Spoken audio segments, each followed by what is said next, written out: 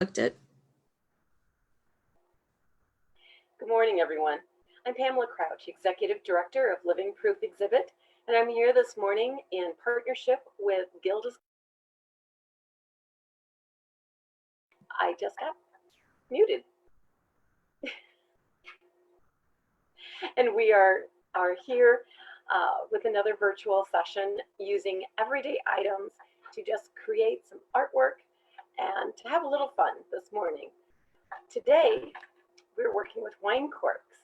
Years ago, my husband and I traveled to Napa Valley, and we were at a winery, and I asked them, "What do you do with all the wine corks?" And the woman said, "Well, we just throw them away." That was terrifying to me that you were going to waste wine corks. So what she did was pull out a big garbage bag full of wine corks. And much to my husband's chagrin, I packed those things into our suitcase and we carried them home. And I started making some things out of wine corks. So you can make really big items. I'm going to show you something I did make. Really big wreath. You can see it just filled. And this is all from the wine corks that I brought back. So it's a great big wreath. And yes, it has a corkscrew on it. My father-in-law has a friend who makes trivets. So what he does is he makes the frame itself and then puts the entire cork in a deep frame and puts it in plaster of Paris. And it's nice and flat. It actually is really one of my favorite trivets. If you have an old frame at home that's pretty deep, you could do this without actually having to build the frame yourself. So there are some really large things that you can do with wine corks. But what we're going to focus on are just some small things. Hopefully you did your homework. I was teasing someone earlier, and you have some wine corks with you. Also, a lot of us get, this is my ridiculous bag full of picture hanging things. When you buy the picture hangers, and you really only just want the couple things in there, you always end up with these. Let's see if I can find them here. Oh, this is just not working. My hair is the same color as most of the crafts that we've been doing, so this has been fun. You get these little screws, these little metal screws. All we're going to do for the first one is just grab your favorite wine cork, and on the end that you did not screw into, so on the fresh end, just screw that in, just like you're opening up a wine bottle. So you're just going to screw it in. It takes a little bit of pressure to get that going, and just keep on screwing it in. Hey, that's my dog. The male must be here. I had negotiated with him, so I'm going to get up in a second, and I'm going to close the door because I can't really mute me from very, very well and teach you. Hang on a second.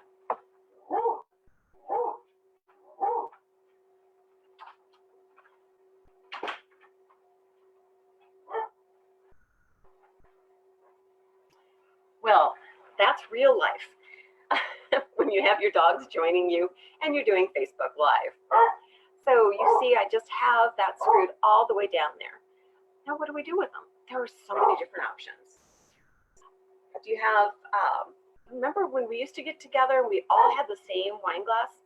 And what do you do with them? You can make wine glass charms out of your wine corks. Everybody can either have a different wine cork if you have a lot of different wine, or I just have a lot of different colors of yarn and ribbon. Just thread that through, tie it on to the wine glass. It's a very rustic, very easy way to get wine charms. So that's one way to do something to do with that. What if you want to make, I keep talking about making Christmas ornaments. I mean, really, we're all stuck at home right now. We might as well have this most unusual, unique trees ever. Do you have broken jewelry at home? This is just an old, as you can see, it's kind of bent, an old screw-on instead of clip-on earring. All I did was just take that through that little eye hook and screw it in. Now, if you have wire cutters and you have glue, you can of course glue it. And then I have something on the top of that. So with a wire hook, then you have a little bit of a decoration, something different for your tree. These would look really cute with the paper flowers that we made last week. Your tree will be very rustic and kind of fun. You have a lot of wine corks. So I don't throw away wine corks. And I'd like to think that I have been gathering these. I have an entire crock full over here. I promise it's been years, not just since the pandemic started and I've had to socially isolate. What I did here was still using those little metal screws the little eye screws that go in. I put it in both sides. Now the side that you've screwed in to get the cork out, it will be a little bit more challenging because you have to be careful not to put it in the same spot where that will pull right out. But I put it on both ends and then did that same thing. And all I did was tie it together. Again, I'm using twine. I have a lot of twine. I do a lot of gardening, but you can use any kind of ribbon and you can tie these together and suddenly you've got a garland. So your tree will be a very happy tree and things that you already have at home. There's even more. What if you have just really pretty ribbon? This is purple. Gee, that seems obvious, doesn't it? So you can tie this. You can add it to a bottle of wine that you're giving to somebody as a fun little detail. You can hang these from your tree. You can hang these from your window. You can keep doing a vertical of them. Again, these are just ideas. Use your imagination. That's what we're doing right now. We're using everyday items to just spark our imaginations. What can we make with something that we see every day or we use every day?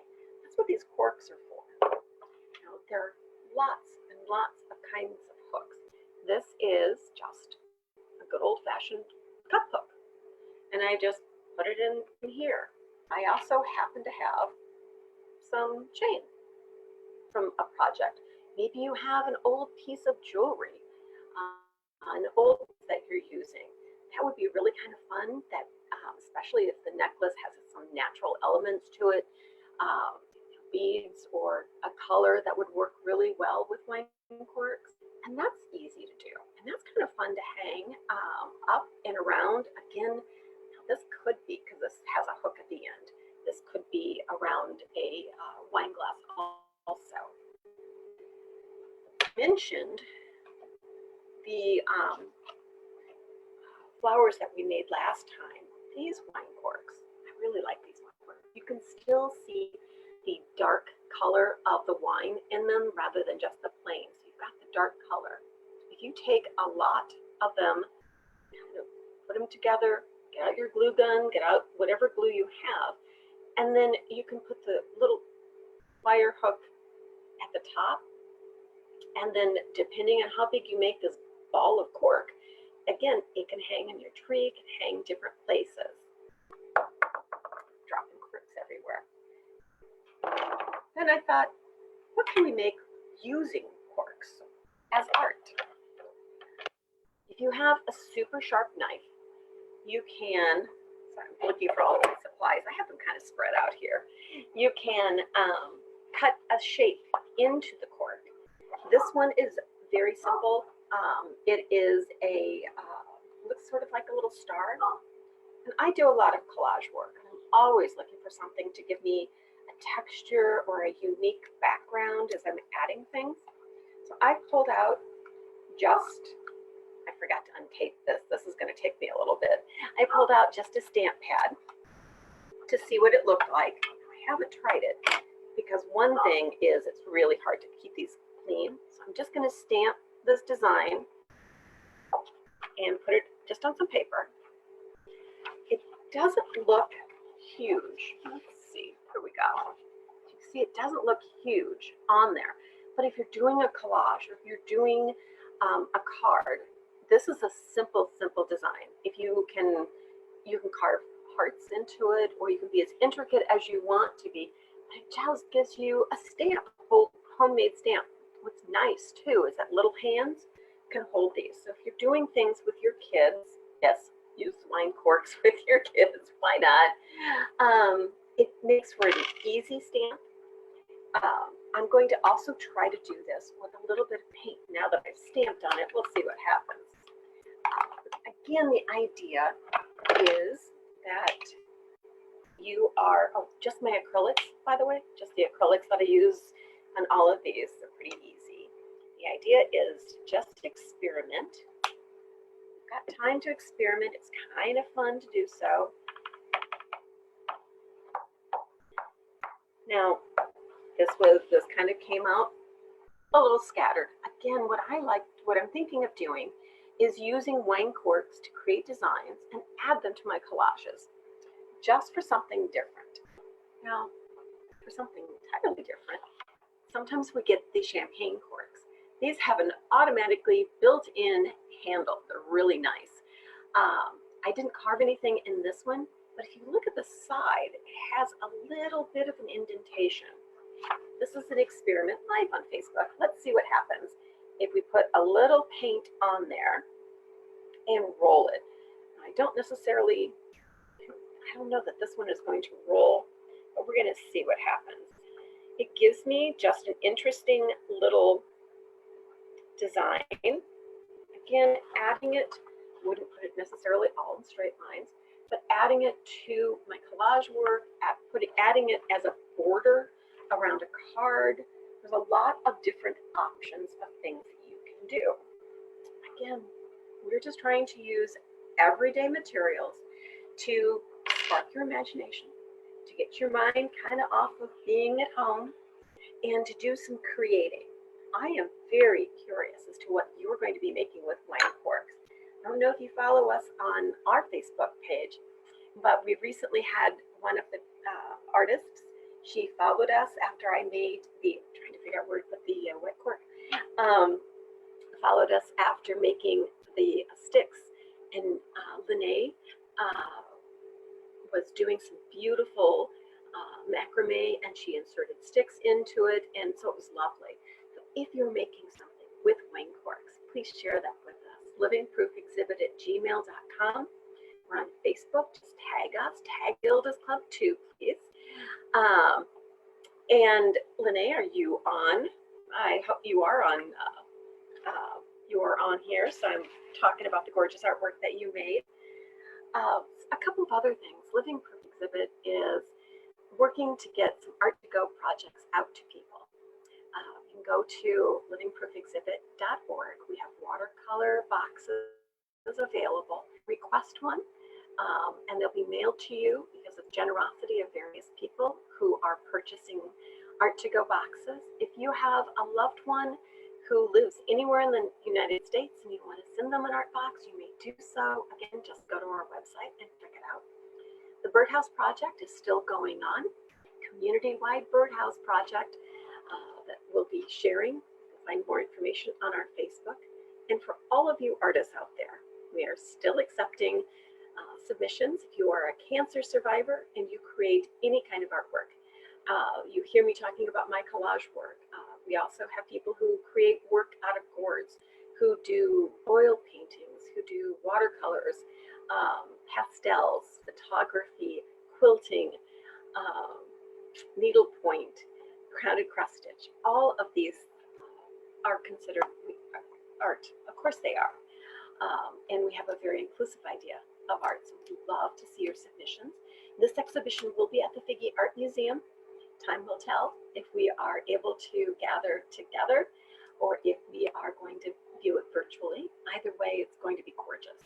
So I encourage you to go to our website and find out more information about all of that.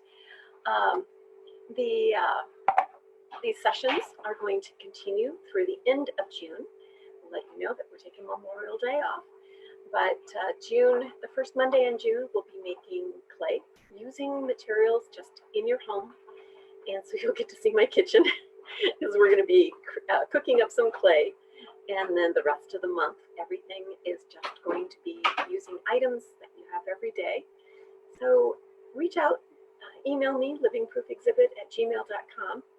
If you have a lot of something sitting around your house and you want to try to figure out what to create with it. Until then, keep creating and we'll see you soon. Thank you.